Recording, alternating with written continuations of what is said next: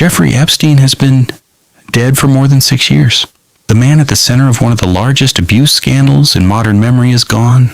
The trial never happened. The case, we are told, is closed, and yet the questions did not stop. They moved to the people who stood closest to him, the ones who answered his phones, kept his calendar, knew who came through that door and when. One name appears in the federal files more than 130,000 times. Not a politician, not a billionaire, not a name you'd recognize. His assistant.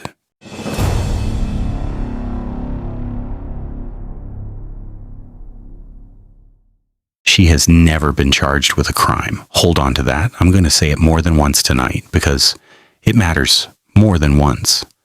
But years before the cameras, before the testimony, before any of this, something was already written about her in a federal document. And once you've seen it, the question becomes very hard to put back down. If she knew nothing, why was her name already there? Her name is Lesley Groff. For most of 2 decades, she was Jeffrey Epstein's executive assistant. Not a temp, not a stranger passing through. 18 years. In 2005, a reporter for the New York Times sat down with Epstein and asked about the people who ran his life. Epstein described Groff and 2 other assistants in a single phrase. He called them, his words, an extension of my brain. Sit with that phrase, because we're going to test it against everything that follows. An extension of his brain. Not someone down the hall, someone inside the thinking. Her office was not in some satellite building. It was inside his New York townhouse, the same townhouse that federal prosecutors would later describe as a primary location of the abuse. She lived a quiet life in Connecticut. She had a family. By every outward measure, an ordinary professional woman with an extraordinary employer, and her job, according to the files, was not vague. She managed his schedule, the meetings with celebrities, with scientists, with politicians. She booked his massage appointments daily when he was in New York. And she arranged travel for women connected to Epstein. Now, that number again. When the Department of Justice released its files on Epstein, investigators and reporters did something simple. They searched the names. Lesley Groff's name came back more than 130,000 times. Some counts put it higher. Stop and feel the weight of that. An assistant, named, referenced, copied, scheduled over 100,000 times in the paper trail of a sex trafficking operation. So here's the first question the documents force. With a footprint that size, was law enforcement ever truly interested in Lesley Groff? Hold that. We'll answer it. And the answer is not what the comment sections assume. There's one more thread to lay down before we go further. And I want you to remember it because it won't pay off for a while. The money. The same New York Times piece reported that Epstein bought Groff a new Mercedes, that he paid for a nanny so that she could keep working for him after she had a child. Epstein's stated reason, according to that account, there is no way that I could lose Lesley to motherhood. A car, a nanny, to keep one assistant. Remember that the employer is paying to keep her close. We will come back to the money, and when we do, it will look different than it does right now. So, how close was she? Close enough to be called an extension of his mind. Close enough to work inside the house. Close enough that he spent real money to keep her there. That's the answer to our first small question. And it immediately makes the next one heavier. Because the survivor, a woman who says Epstein first abused her in 1991, I put it about as plainly as anyone can. She said it is very, very hard to believe that Anyone who spent real time around Jeffrey Epstein did not understand what was happening. Especially, she said, given the age of the girls. That is not a verdict. It's a survivor's instinct stated on the record. And it sets up the contradiction we now have to live inside. Two things are now both true, and they do not fit together comfortably. 1. A woman described as an extension of Epstein's brain inside the house, named in the files 100,000 times over. 2. The claim, made consistently by her lawyers for years, that she saw nothing. Her attorneys have said it more than once. In a 2020 statement, after one survivor dropped a case against her, they called it a true vindication and said Groff had no knowledge and no participation, that she learned of Epstein's crimes when the rest of the world did. Both of those things are on the record. Your job tonight is not to choose between them.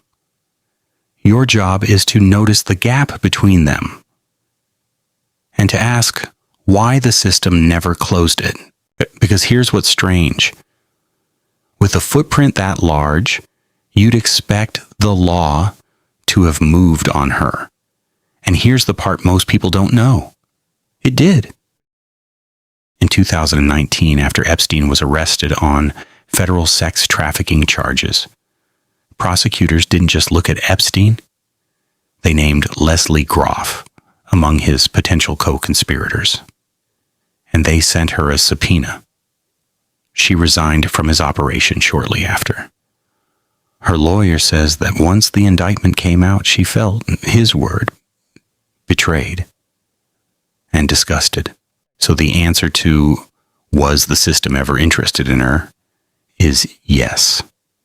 In 2019, federal prosecutors put her name on a co-conspirator list and demanded her testimony, which makes the next question the loudest one in this entire story.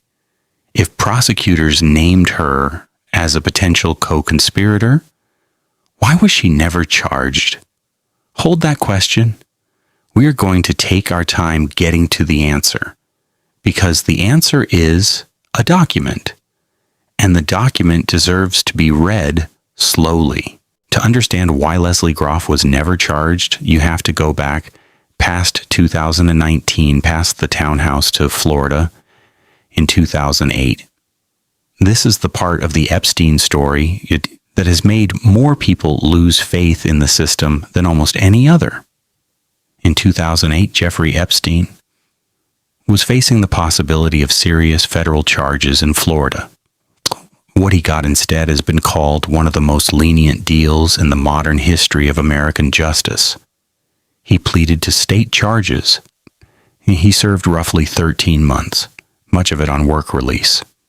And in exchange, the federal case effectively went away. But the deal did something else. Something most people never read closely. It didn't only protect Jeffrey Epstein.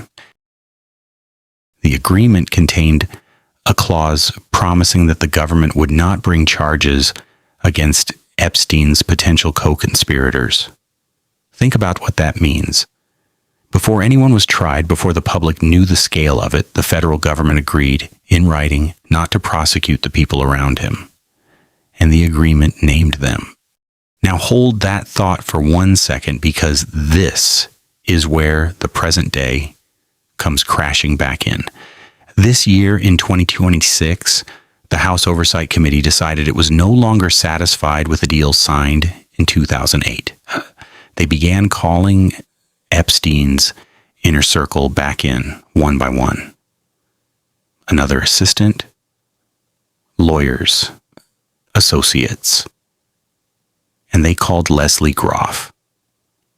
We'll get to what happened in that room. But first you need to see the name on the page, because it changes how you hear everything she said next. The 2008 agreement listed the people the government promised not to charge. The first name, before the others were redacted into black bars, was Lesley Groff. Read that again with me. A federal non-prosecution agreement. A clause about co-conspirators.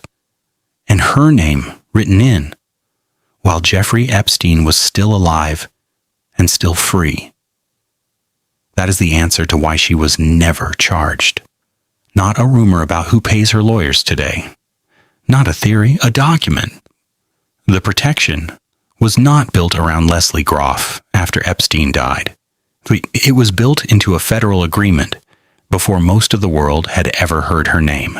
And it raises the question the prosecutors of 2008 never had to answer in public.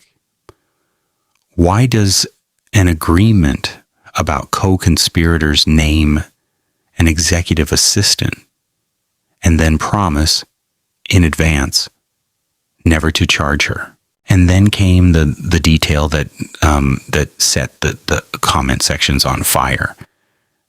According to the accounts that followed the interview, and I want to be precise here because this was a closed room and we do not have the transcript when investigators pressed Lesley Groff for specific names. She did not provide them.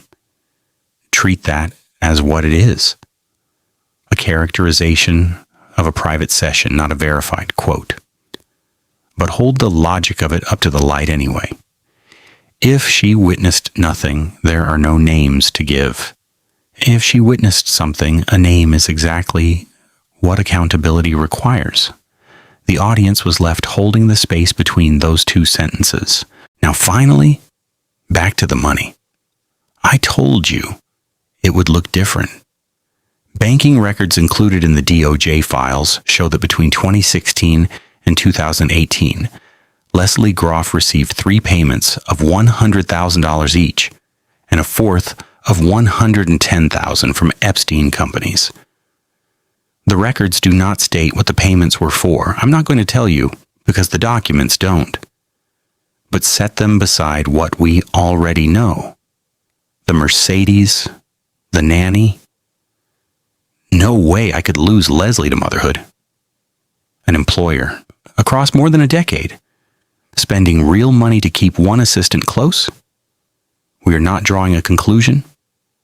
We are only noticing that the loyalty established at the very start of this story has a number attached to it, and the records that would explain that number stay silent. So why bring her back in 2026? Because the committee clearly feels the same gap you've been feeling for the last 20 minutes. They called her valuable. They referred 2 names, and they say they're not finished. The chairman now wants to interview one of the most prominent attorneys tied to the case. The investigators can subpoena that gap. We can only stand at the edge of it and ask. So let's set the theories down, all of them. Set down the rumor about who funds her defense. It's a question, not a proven fact. And we don't build on sand here. Set down what she did or didn't see inside that house. We weren't there, neither were you. And let's hold instead only the things that are documented, because they're enough. Lesley Groff worked for Jeffrey Epstein for 18 years. He called her an extension of his brain.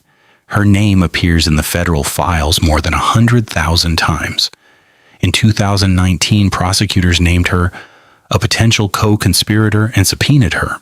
And in 2008, years before any of that, a federal non-prosecution agreement wrote her name into a clause promising not to charge Epstein's co-conspirators. She has never been charged with a crime. That is the whole honest record. Not an accusation, not a verdict, a protection that was already on paper, and a woman who has never had to answer for it in a court of law, which leaves us exactly where it leaves you.